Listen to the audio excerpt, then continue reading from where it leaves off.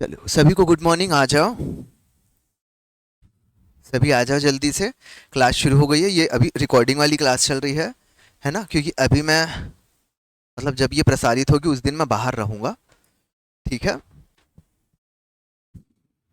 जिस दिन ये प्रसारित रहेगी उस दिन मैं बाहर रहूंगा, तो ये रिकॉर्डिंग वाली अभी 2 क्लास लाइन से रिकॉर्डिंग वाली ही रहेगी। ठीक है, चलो एक बार आप लोग क्लियर कर लेना कि आवाज़ आ रही है वीडियो में या नहीं आ रही है, क्या है। ठीक है, उसके हिसाब से फिर धीरे से आगे बढ़ेंगे। ठीक है, मैं ये उम्मीद कर रहा हूँ कि आवाज़ आ रही होगी वहाँ पे सबको, है ना। और अभी जो भी डाउट रहेगा, जिसको भी कुछ भी डाउट रहेगा, वो क्या करना, सीधा ना टेलीग्राम चैनल में लिख लेना, वॉइस रिकॉर्ड करके भेज देना। ठीक है, या आप अगर व्हाट्सअप में वॉइस रिकॉर्ड करके भेजते हो तो उस वॉइस रिकॉर्ड को ना थोड़ा सा स्टार लगा देना या कुछ कर देना, क्योंकि अभी मैं थोड़ा सा कुछ दिन हो सकता है बाहर रहूं, तो मैं उसको मेंशन समझ जाऊंगा कि हाँ ये डाउट वाला है, तो उसको मैं तुरंत बाद में देख ही लूँ जो भी है करके। ठीक है, तो आपका जो भी मैसेज रहेगा आप उसको क्या करना, ग्रुप में भेज देना। क्लियर है। तो अभी पिछली कक्षा तक के हमने क्या पढ़ा था, चित्रकला पढ़ना शुरू किया था, और चित्रकला में भी हमने क्या किया था, जब हमने स्थानीय शैली पढ़ा था तो उसमें क्या पढ़ा था, सबसे पहले हमने राजपूत शैली यानी कि राजस्थानी शैली को पढ़ लिया था। उसी में हमने दूसरा पार्ट जो था पहाड़ी शैली, उसको छोड़ दिया था। तो आज हम शुरू करते हैं पहाड़ी शैली से।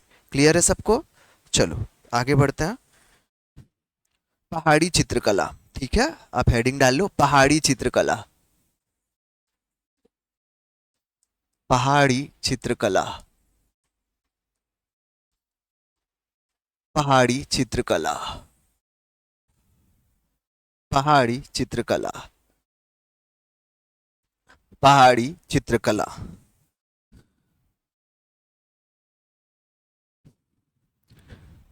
पहाड़ी चित्रकला। पहाड़ी चित्रकला में एक पहले नाम लिख लो, जम्मू या डोंगरी जम्मू या डोंगरी शैली। डमरू के डा है, जम्मू या डोंगरी शैली। जम्मू या डोंगरी शैली। ठीक है, जम्मू या डोंगरी शैली आप जब लिखोगे ना, तो इसमें ज्यादा मत लिखना, यहाँ पे सिर्फ 2 कलाकारों के नाम याद रखना है ना। जम्मू या डोंगरी शैली के ना 2 महत्वपूर्ण कलाकारों के नाम याद रखना। अभी क्या हुआ है पीएससी में ना, पिछले पिछले 2 साल से ना, 3 साल से बल्कि, इस तरफ के ना बीच के क्वेश्चन निकाल के पूछ रहा है। ठीक है, तो इधर की जो चित्रकारी पढ़ाऊंगा ना उनको एकदम अच्छे से याद रखना। पहाड़ी चित्रकला से तो नहीं पूछा था, तो पहाड़ी चित्रकला को तो आप डेफिनेटली लिख लो, लेकिन उसके जस्ट आगे मतलब उड़ीसा का, बंगाल का, छत्तीसगढ़ का रजवाड़ भित्ति चित्रकला, ये सब इधर वाले को ना अच्छे से नोट करना जब मैं बताऊंगा स्थानीय वाला। ठीक है, अभी हम क्या कर रहे थे, राजपूत शैली, और उसके बाद ये हम पहाड़ी शैली चित्रकला की देख रहे हैं। ठीक है, तो इसमें लिखो 2 प्रमुख कलाकार थे या हैं लिखो, 2 प्रमुख कलाकार हैं, नैनसुख और मनकू।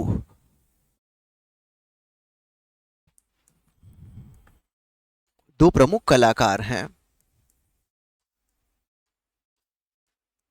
नैनसुख और मनकू। नैनसुख और मनकू। ठीक है, नैनसुख और मनकू, आप इतना ही रहने दो अभी, है ना, इसमें आप केवल यही नाम याद रखो।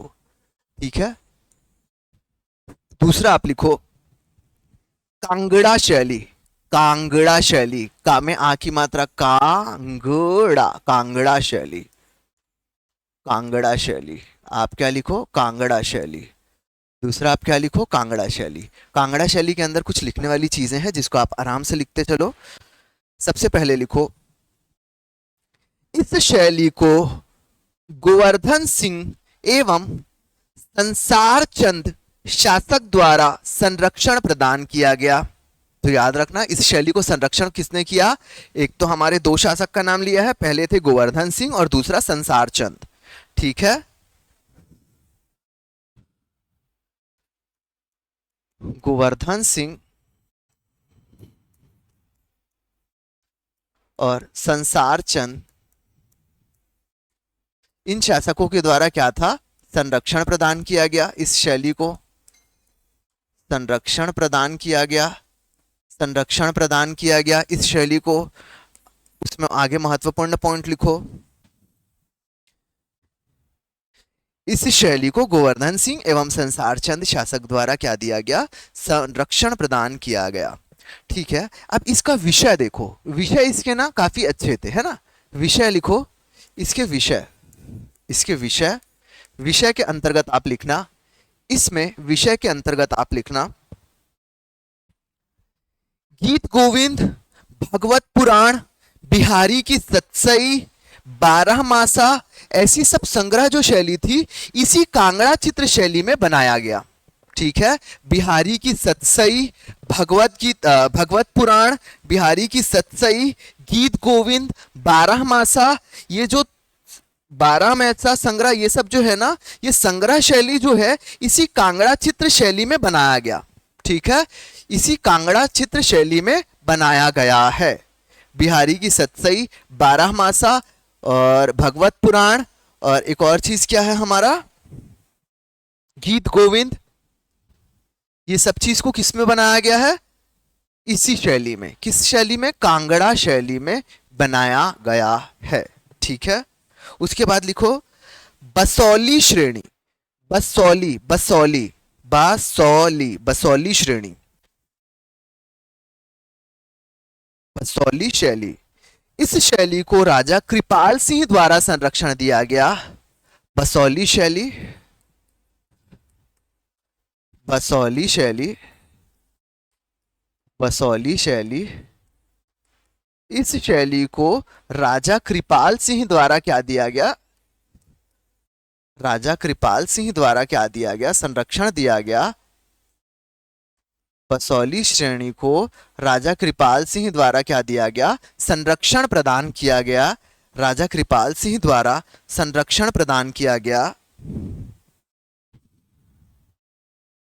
इस शैली के प्रमुख चित्रकार देवीदास हुए, प्रमुख चित्रकार, इस शैली के प्रमुख चित्रकार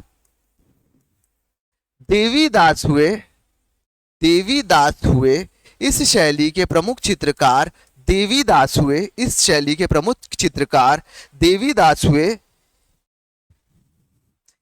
इसमें मुख्य रूप से क्या बनाया गया, तो याद रखना राधा कृष्ण की चित्रकारी की गई। इसमें मुख्य रूप से क्या बनाया गया, राधा कृष्ण की चित्रकारी की गई। इसमें मुख्य रूप से क्या किया गया था, राधा कृष्ण की चित्रकारी की गई थी। ठीक है, छोटा सा था। पहाड़ी चित्रकला में हमने जम्मू या डोंगरी, यहां पे हमने कहा केवल कलाकारों के नाम याद रखना, तो नैनसुख और मनकू। उसके बाद हमने कांगड़ा शैली, हमने कांगड़ा शैली को हमने देखा कि भाई इसको गोवर्धन सिंह और संसार चंद जैसे शासकों का संरक्षण प्राप्त था।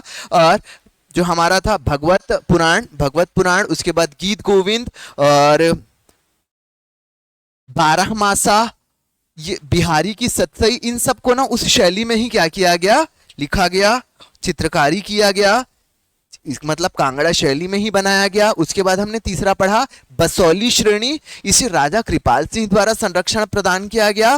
प्रमुख चित्रकार देवीदास हुए और इसमें क्या किया गया था, मुख्य रूप से चित्रकारी जो थी भगवान राधा कृष्ण की बनाई गई।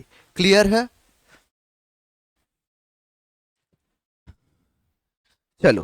तो हमने लाइन से कई सारी शैलियां पढ़ ली। तो इसमें मेन जो था, एक बार आप याद रखना अंतर क्या था मुगल शैली और राजपूत शैली में।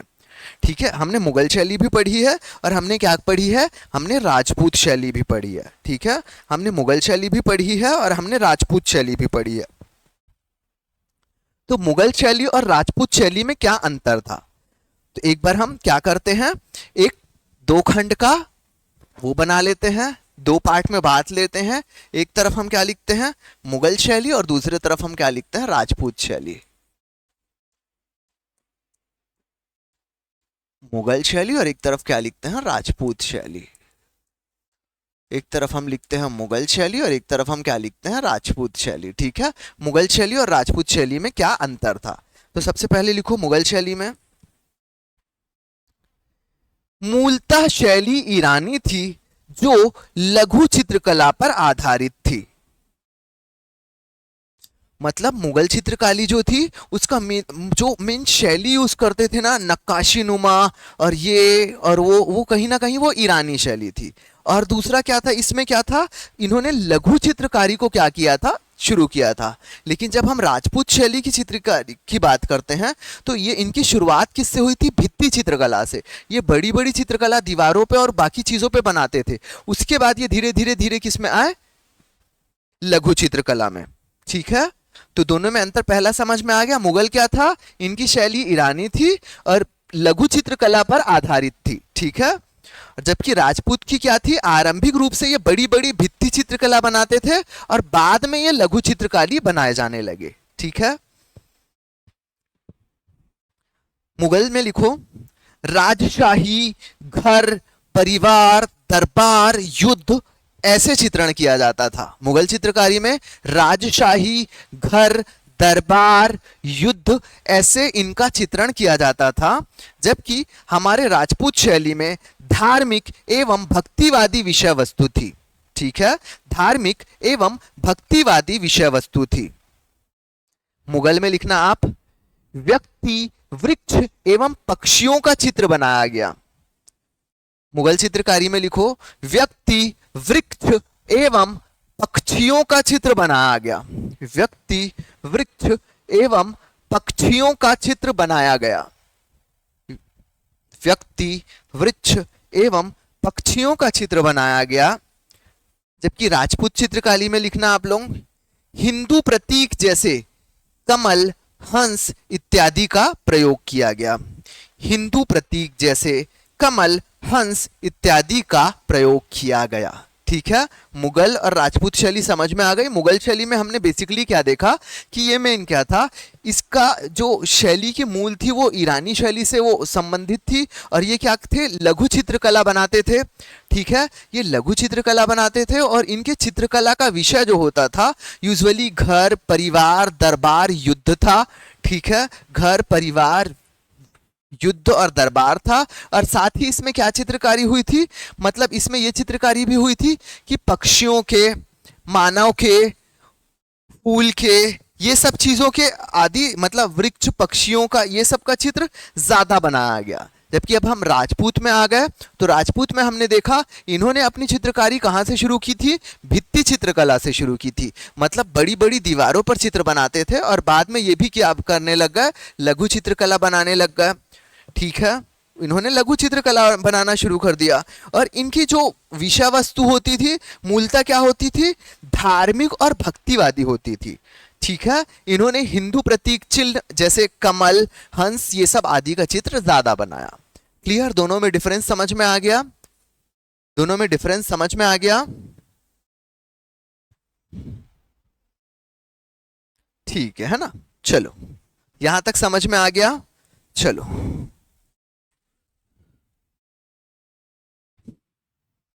अब हेडिंग डाल लो, भारत में लोक चित्रकारी। अब देखना, ये भारत में लोक चित्रकारी जो मैं शुरू कर रहा हूं, यहां से पीएससी में ना लगातार 2 से 3 बार क्वेश्चन पूछ चुका है ना। भारत में लोक चित्रकारी, इसको थोड़ा अच्छे से याद करना और अच्छे से पढ़ना। भारत में लोक चित्रकारी,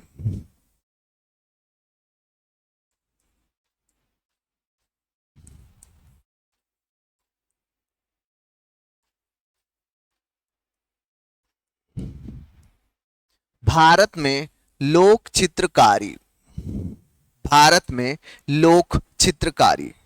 ठीक है, इधर से क्वेश्चन आए हुए हैं तो अच्छे से पढ़ना। ठीक है,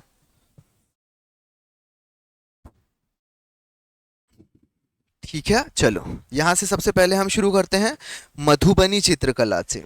ठीक है, किससे शुरू कर रहे हैं हम, मधुबनी चित्रकला से। पहला लिखो मधुबनी चित्रकला।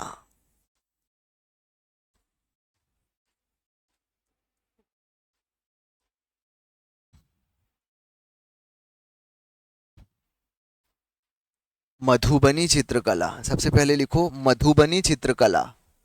मधुबनी चित्रकला में लिखो, अच्छा हाँ, मधुबनी चित्रकला को ये भी याद रखना मिथिला चित्रकला भी हम बोलते हैं या मिथिला चित्रकारी भी बोलते हैं, है ना। मधुबनी को ही हम क्या बोलेंगे, मिथिला चित्रकारी भी बोलेंगे। याद रखना इसको, कंफ्यूज मत होना, कभी अचानक से नए नाम से पूछ लिया तो। मधुबनी को ही हम मिथिला चित्रकारी भी कहेंगे। मधुबनी को ही हम क्या कहेंगे, मिथिला चित्रकारी भी कहेंगे। क्लियर है? चलो, मधुबनी को ही हम क्या कहेंगे, मिथिला चित्रकारी भी कहेंगे। आप लाइन से इसके पॉइंट्स लिखते जाओ एकदम अच्छे से और याद करना। सबसे पहले लिखो, नेपाल के तराई के निकटवर्ती क्षेत्र यानी कि मधुबनी के आसपास इसको क्या किया गया, ज्यादा बनाया गया। ठीक है, दूसरा लिखो इसमें धार्मिक रूपांकन, इसमें अधिकतर रूपांकन क्या किया गया, धार्मिक रूपांकन किया गया। इसे कागज, कैनवास और कपड़े तीनों में उतारा गया। लिखते जाओ, धार्मिक रूपांकन, कागज, कैनवास, कपड़े, सभी में इस चित्रकारी को क्या किया गया धार्मिक रूपांकन के रूप में। कागज, वस्त्र, कैनवास में इसको क्या किया गया, उकेरा गया, इनकी चित्रकारी की गई। उसके बाद लिखो, गोबर, मिट्टी के लेप, चावल की लेई और वानस्पतिक रंगों का प्रयोग किया गया। गोबर, मिट्टी, इन सब के लेप, कागज की लेई और गोबर, गोबर, मिट्टी के लेप, कागज की लेई तथा वानस्पतिक कलर यानी कि रंगों का प्रयोग किया गया है इसमें मधुबनी चित्रकला में। छाया का प्रयोग न होने के कारण द्विआयामी चित्रकला, लिख लो, छाया का प्रयोग ना होने पर द्विआयामी द्विआयामी चित्रकला। द्विआयामी चित्रकला का मतलब 2 डायमेंशनल, है ना। हमने अकबर के टाइम में छायादार जो थी चित्रकला प्रारंभ हो गई थी, जिसको हम क्या बोलते थे, 3 डायमेंशनल, है ना। यहाँ पे क्या है, मधुबनी में 3D नहीं था, 2D था। ठीक है, यहाँ पे छाया की क्या थी, कमी थी, प्रयोग नहीं हुआ था, मतलब छाया का प्रयोग नहीं हुआ था। ठीक है, लिखो, महिलाओं द्वारा जगदम्बा देवी,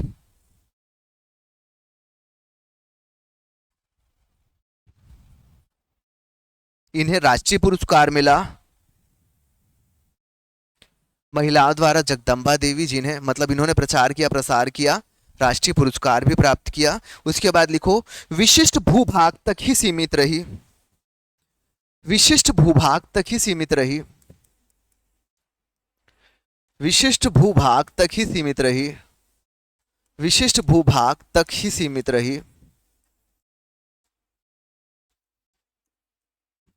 अतः इसे क्या मिला है, जीआई टैग मिला है, अतः इसे जीआई टैग मिला है। ठीक है, अतः इसे जीआई टैग मिला है।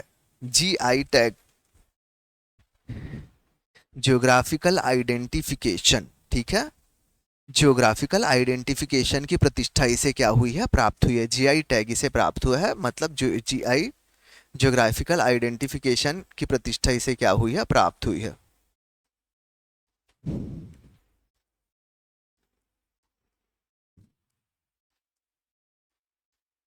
ठीक है, जीआई यानी कि ज्योग्राफिकल आइडेंटिफिकेशन की प्रतिष्ठा इसे क्या हुई है, प्राप्त हुई है। चलो आगे लिखते हैं, मधुबनी चित्रकला सबका हो गया। याद रखना, नेपाल के तराई यानी कि मधुबनी के आसपास वाले हिस्से में क्या हुआ, ये फैला फूला, इसमें धार्मिक रूपांकन किया गया। ये चित्रकारी कागज, कैनवास तथा कपड़ों तक्के में भी किया गया। इसमें छाये का प्रयोग नहीं हुआ था, छाये का प्रयोग नहीं हुआ था मतलब इसमें 3D वाले इफेक्ट नहीं दिए गए थे, अतः यह द्विआयामी चित्रकला था। ठीक है, और इसमें विशिष्ट भूभाग तक ही सीमित रहा, इससे जीआई टैग की प्रतिष्ठा भी प्राप्त हुई है। ठीक है, चलो आगे लिखो, दूसरा लिखो अब, पट्ट चित्रकला, पट्ट चित्रकला या पट्ट चित्रकारी, पट्ट चित्रकारी,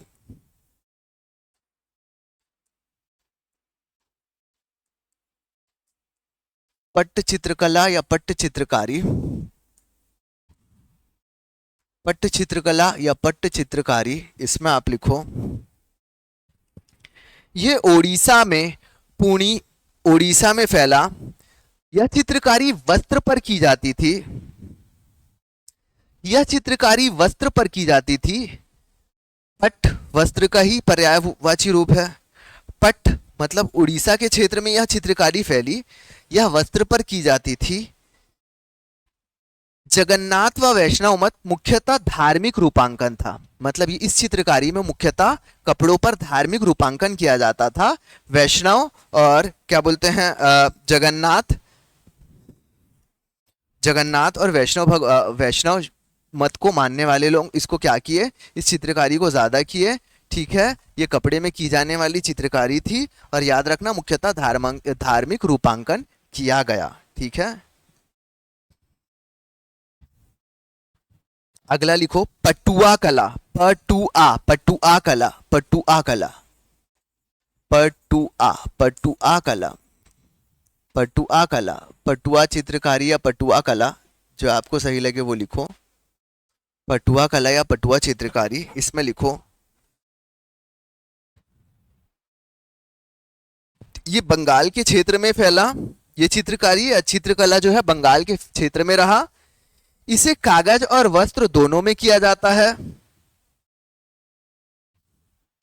ठीक है, इसे कागज और वस्त्र दोनों में किया जाता है। जब ये शुरू हुआ था चित्रकला, तो इसका मुख्य विषय धार्मिक था। जब ये चित्रकारी शुरू हुई थी तब इसका मुख्य विषय क्या था, धार्मिक था। लेकिन अभी वर्तमान परिदृश्य में इसका विषय क्या हो गया है, राजनीतिक हो गया है।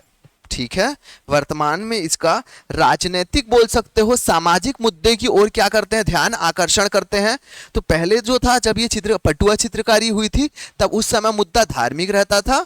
मतलब क्या था, मतलब धार्मिक चित्रकलाएं बनाई जाती थी, लेकिन वर्तमान में राजनीतिक और सामाजिक मुद्दे को उठाकर इस चित्रकारी की जाती है। ठीक है, कागज और कपड़े दोनों में की जाती है। लिखो चौथा, पैटदार चित्रकारी। पैटदार, पैटदार,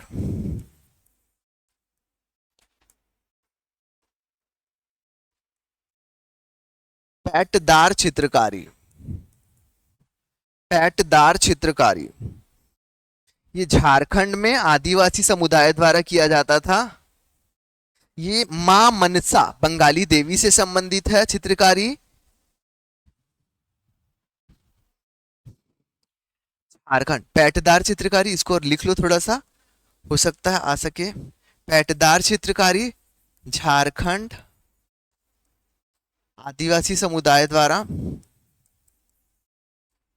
ठीक है, यहां पे क्या था, मां मनसा देवी, मां मनसा देवी, मां मनसा देवी की क्या की जाती है, चित्रकारी की जाती है।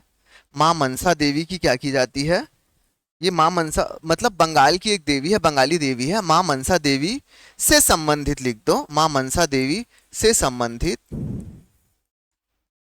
मां मनसा देवी से संबंधित। एक्चुअली इसका एक विषय वस्तु ये भी है, इसका एक विषय वस्तु ये भी है कि मृत्यु के पश्चात मनुष्य के साथ क्या क्या होता है।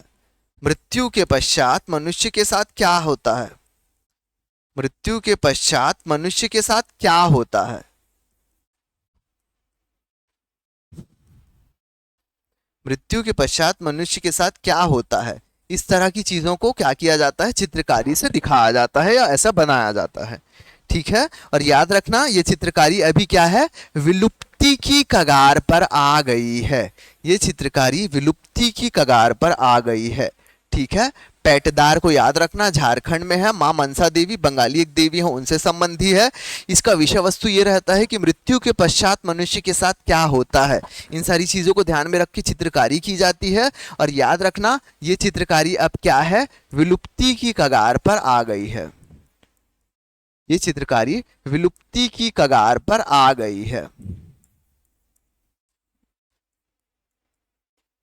ये चित्रकारी विलुप्ति की कगार पर आ गई है। ठीक है,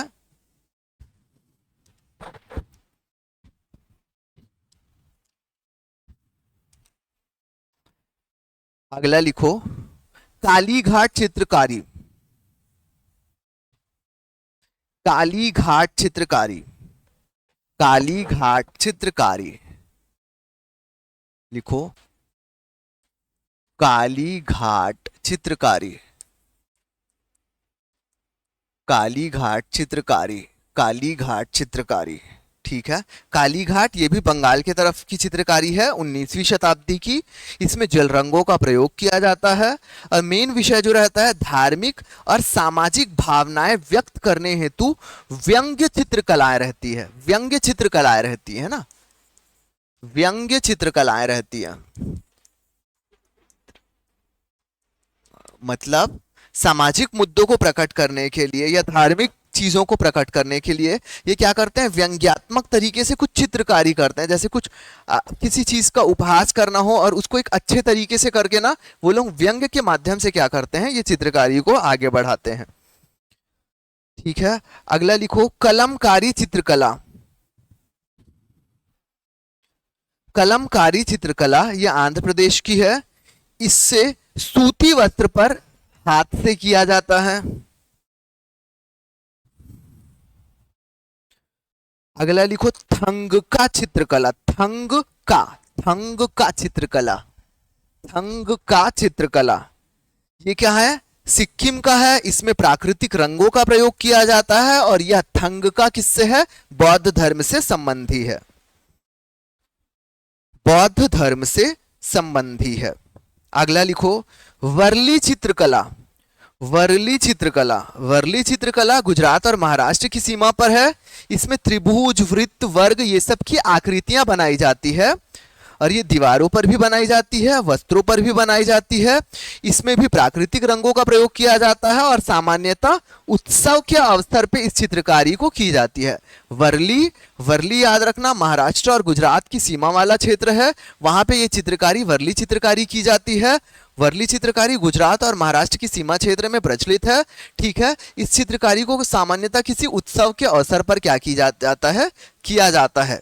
ठीक है, त्रिभुज, वृत्त, वर्ग की आकृति ये सब दीवार पे और कपड़ों में बनाया जाता है। चलो अगला लिखो मंजूषा, मंजूषा इसी को लिखो अंगिका चित्रकारी, मंजूषा अंगिका चित्रकारी ये बिहार भागलपुर की है और इसे जूट या कागज के डब्बों पर बनाया जाता है।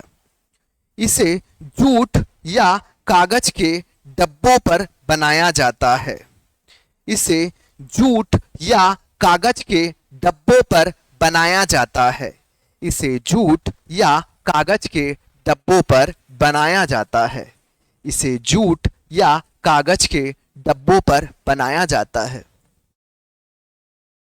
इसे जूट या कागज के डब्बों पर बनाया जाता है।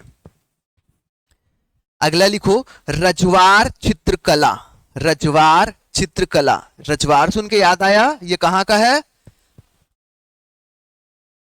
रजवार सुन के याद आया ये कहां का है, हाँ रजवार चित्रकला ये हमारे छत्तीसगढ़ का है ना।